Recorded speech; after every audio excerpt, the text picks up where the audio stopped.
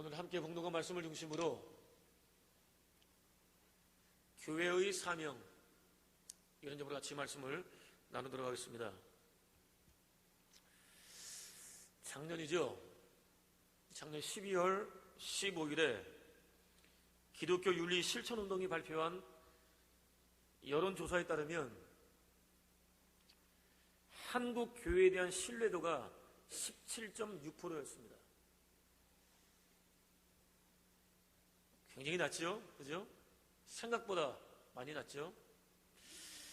2009년에 비해서 약 1.5% 정도가 하락을 했습니다. 그리고 가장 신뢰하는 종교기관에 대한 여론조사에서도 카톨릭이 41.4%. 올리라고요? 됐나요? 가장 신뢰하는 종교기관에 대한 여론조사에서도 카톨릭이 41.4%, 불교가 33.5%, 그 뒤를 이어서 우리 기독교가 20% 정도에 불과했습니다. 세계 최대의 교회를 가지고 있고 또 정말로 큰 건물을 가지고 있는 우리 교회가 세상으로부터 그렇게 칭찬받을 만한, 신뢰받을 만한 그런 모습은 아니라고 말하고 있는 것입니다.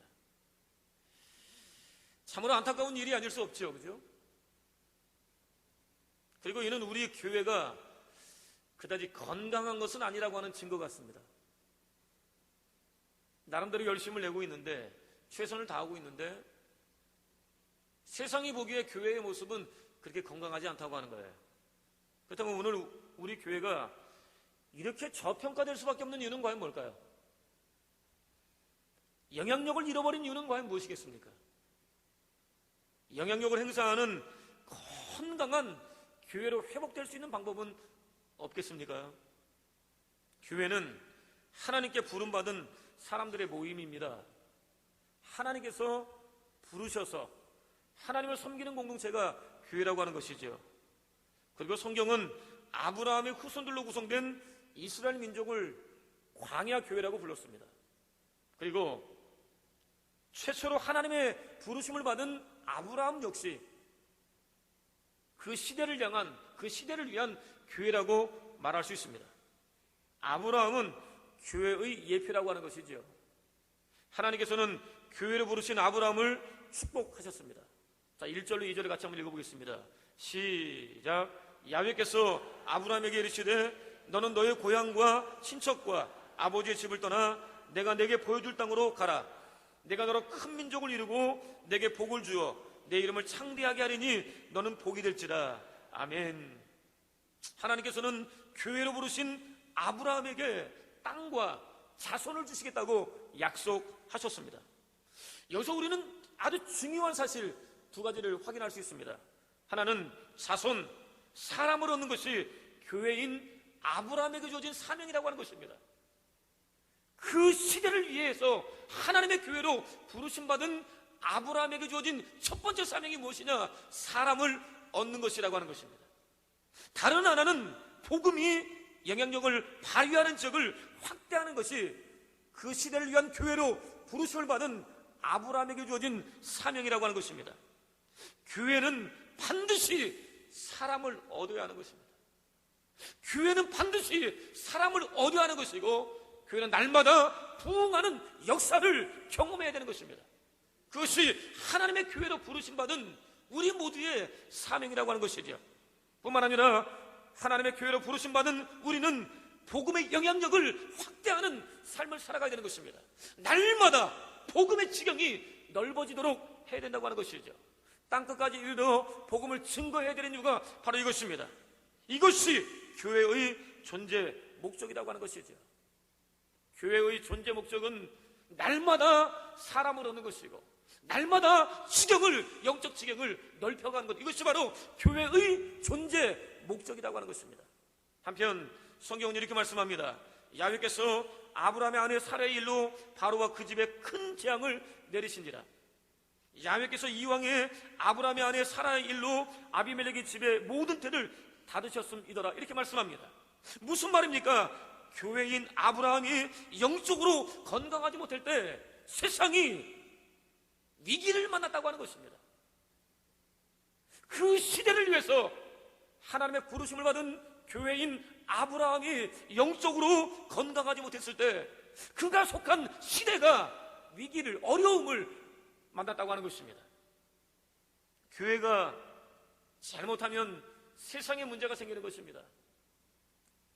이 시대를 위한 하나님의 교회로 부르심받은 교회가, 이 시대를 위해서 부름받은 교회가 잘못하면, 건강하지 못하면 세상이 어려움을 당한다고 하는 것을 성경은 말씀하고 있다고 하는 것이죠. 사실 우리가 살고 있는 이 땅에서 벌어지는 모든 일들은 천재지변이 아닙니다. 사람들은 어떤 큰 어려움을 만나면 천재지변이다 이렇게 말을 하지만 사실 이 땅에서 벌어지는 모든 일들은 천재지변이라고 말할 수 없습니다. 아니, 천재지변은 하나도 없습니다. 모두 하나같이 인재입니다.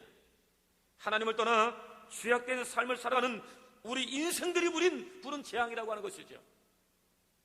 우리는 그것을 요나를 태운 배가 거센 풍랑을 만난 것을 통해서 확인할 수 있습니다.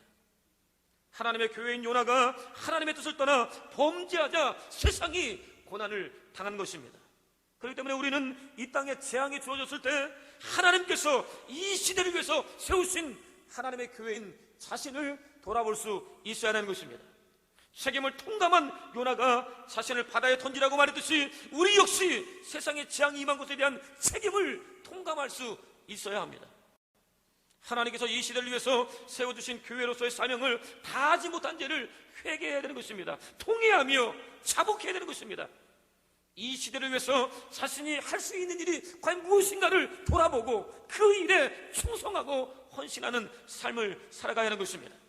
그렇게 이 땅에 주어진 아픔과 슬픔과 절망에 대해서 책임지려는 자세를 취하는 것, 그것이 바로 저와 여러분들에게 주어진 사명이라고 하는 것이죠. 무엇보다 교회는 세상을 위해 존재한다고 하는 사실을 한순간도 잊지 말아야 됩니다. 교회는 우리만을 위해서 존재하는 것이 아닙니다. 교회는 교회만을 위해서 존재하는 것이 아닙니다. 교회는 세상을 위해서 존재하는 것입니다. 3절을 같이 읽겠습니다. 시작. 너를 축복하는 자에게는 내가 복을 내리고 너를 저주하는 자에게는 내가 저주하느니 땅의 모든 족속이 너로 말미암아 복을 얻을 것이라 하신지라. 아멘. 다시 말씀드립니다. 교회는 교회를 위해서 존재하지 않습니다. 세상을 위해서 존재하는 기관이 바로 이 교회라고 하는 것입니다. 교회는 마땅히 복을 받아야 합니다. 교회는 마땅히 하나님의 축복하심을 받아야 합니다. 그러나 교회는 복의 최종적인 정착지가 되어서는 안 됩니다. 하나님의 교회가 하나님의 은혜를 받는 것이 당연합니다. 하나님의 축복하심을 받는 것이 당연합니다. 그러나 이 교회 안에 하나님의 축복이, 하나님의 은혜가 머물러 있어서는 안 된다고 하는 것입니다. 교회가 하나님이 부어주시는 은혜와 축복의 최종적인 정착지가 되어서는 안 된다고 하는 것이지요. 하나님께서 누군가에게 복을 부어주시는 이유는 받은 바로 그 복을 흘려보내도록 하기 위해서이기 때문입니다. 하나님께서는 저와 여러분들에게 복을 주실 뿐만 아니라 그 복을 세상에 흘려보내기를 원하시는 것입니다. 그래서 교회는 마치 저수지와 같습니다. 저수지는 물을 가둡니다. 그러나 물을 가둬두는 것이 저수지의 진짜 목적은 아닙니다. 가두어뒀던 물을 적당한 때에 흘려보내는 것이 저수지의 목적이라고 하는 것이지요. 또 교회는 마치 물류창고와 같습니다. 물류창고의 기능은 저장이 아닙니다. 잠시 보관하다가 적당한 때에 세상에 보내는 것이 물류창고의 목적이라고 하는 것이죠. 최근 우리나라에는 쌀이 너무 많이 남아돌아서 심각한 상황이 있습니다.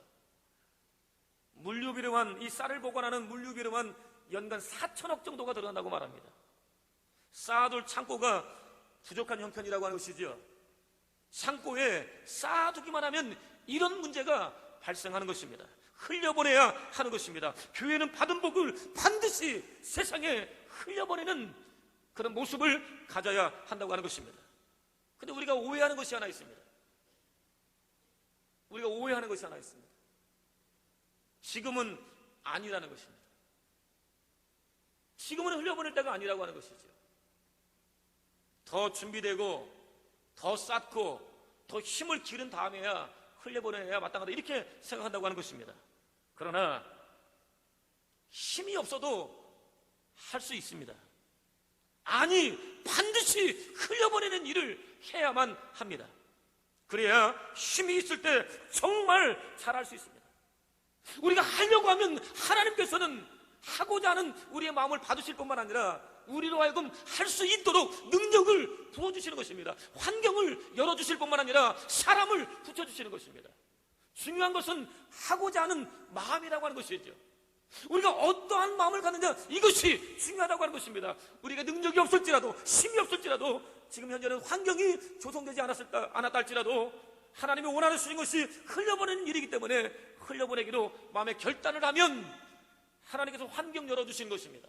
사람도 붙여주시는 것입니다. 필요한 모든 것들을 허락해 주시는 것입니다.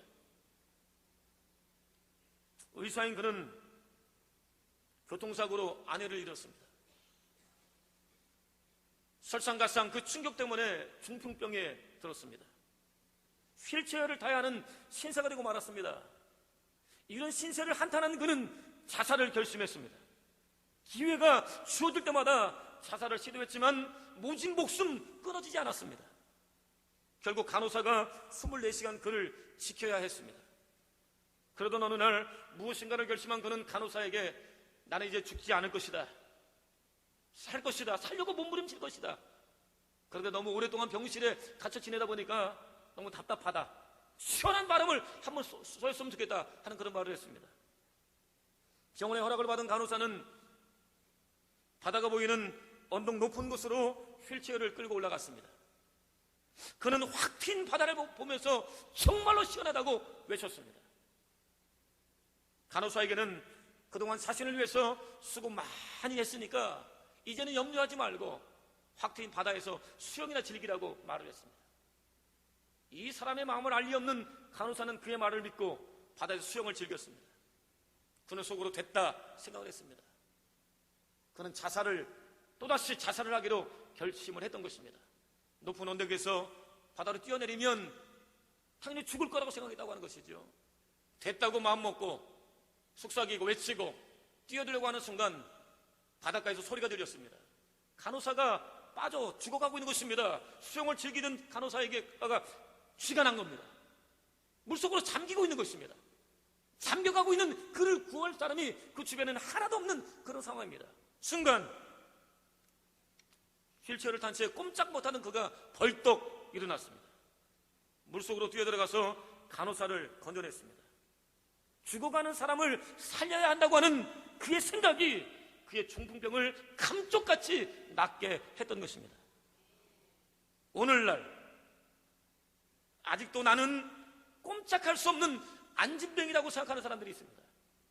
나를 할 수 있는 일이 그다지 없다, 이렇게 생각하는 사람들이 있습니다. 내가 줄 수 있는 것이 아무것도 없다고 생각하는 사람도 있습니다.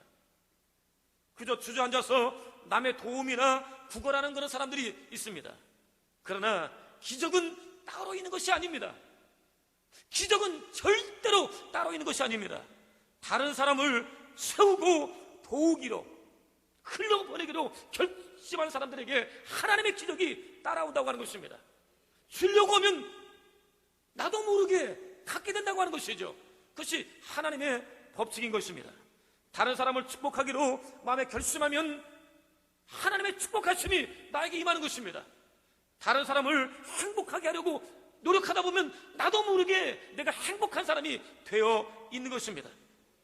무엇인가를 하려고 하면, 흘려보내기로 마음에 결정을 하면 흘려보낼 수 있도록 나를 만들어 주실 뿐만 아니라 환경을 만들어 주실 뿐만 아니라 모든 필요한 것을 채우시는 분이 하나님이라고 하는 것이죠. 그것이 저와 여러분들을 이 시대를 위한 교회를 세우신 목적이기 때문입니다.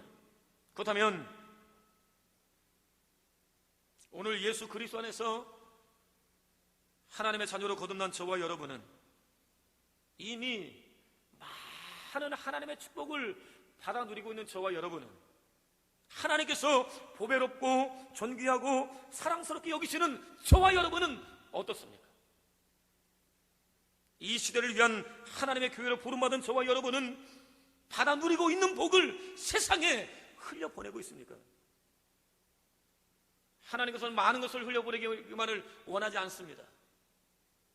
우리에게 허락하신 그것만큼만 흘려보내기를 하나님은 원하시는 것입니다. 오늘 저와 여러분은 과연 어떤가 하는 것입니다. 이기적으로 자기 배만 채우고 있는 것은 아닌가 하는 것입니다. 사도 바울은 마게도냐 교회 형제들을 향해서 이렇게 말을 했습니다.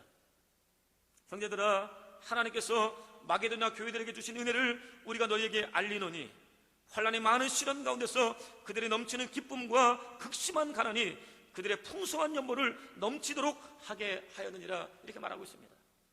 당시 마게도냐 교회는 정말로 어려운 그런 상황이 있었습니다. 원래는 풍요로운 도시였음에도 불구하고 로마의 압제하에 가난한 그런 신세로 전락해버리고 말았다고 하는 것이죠. 그러나 그들은 경제적인 어려움 속에서도 가난한 형제들을 외면하지 않았습니다. 자신들의 어려운 형편이 하나님께 드리는 것을 포기할 수 있는 이유라고 생각하지 않았습니다. 자신들의 경제적인 어려움이 이웃의 어려움을 외면할 수 있는 그런 이유가 된다고 생각하지 않았습니다.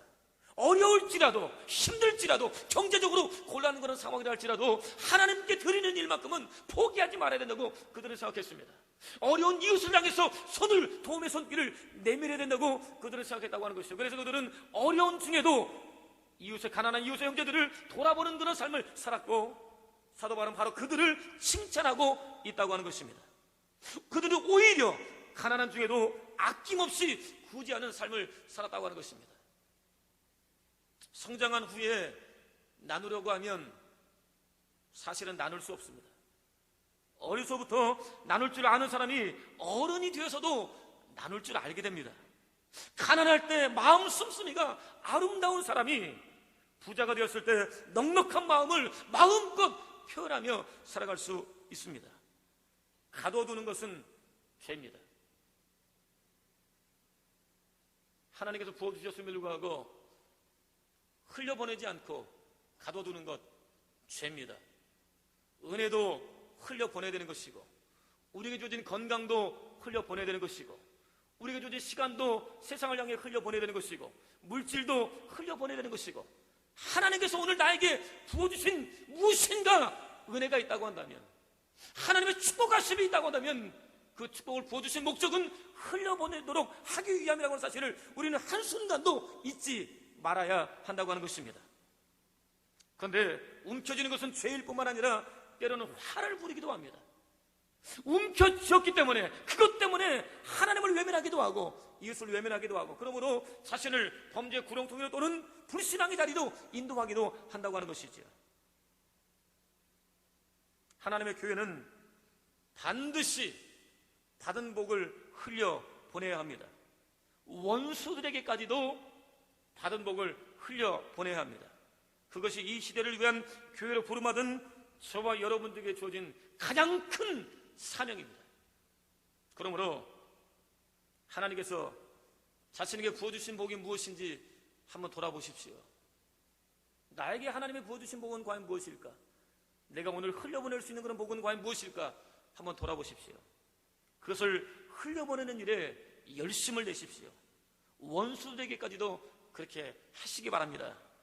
그렇게 교회만을 위한 교회가 아니라 세상을 위한 교회로 거듭나기를 소원하십시오. 세상에 하나님의 축복의 통로가 되기를 소원하십시오. 하나님의 축복의 통로로 살 수 있는 능력을 주시도록 하나님에게 구하십시오. 그것을 통해서 하나님의 교회로서, 이 시대를 위한 하나님의 교회로서 주어진 사명을 온전히 감당할 뿐만 아니라 세상에 대한 영적인 영향력까지 회복하는 저와 여러분 되시기를, 그러므로 세상 사람들에게 신뢰받는, 세상 사람들에게 인정받는 더 많은 영혼들을 얻는 복음의 지경을 넓혀가는 저와 여러분 되시기를 주님의 이름으로 축원을 드립니다. 기도하겠습니다.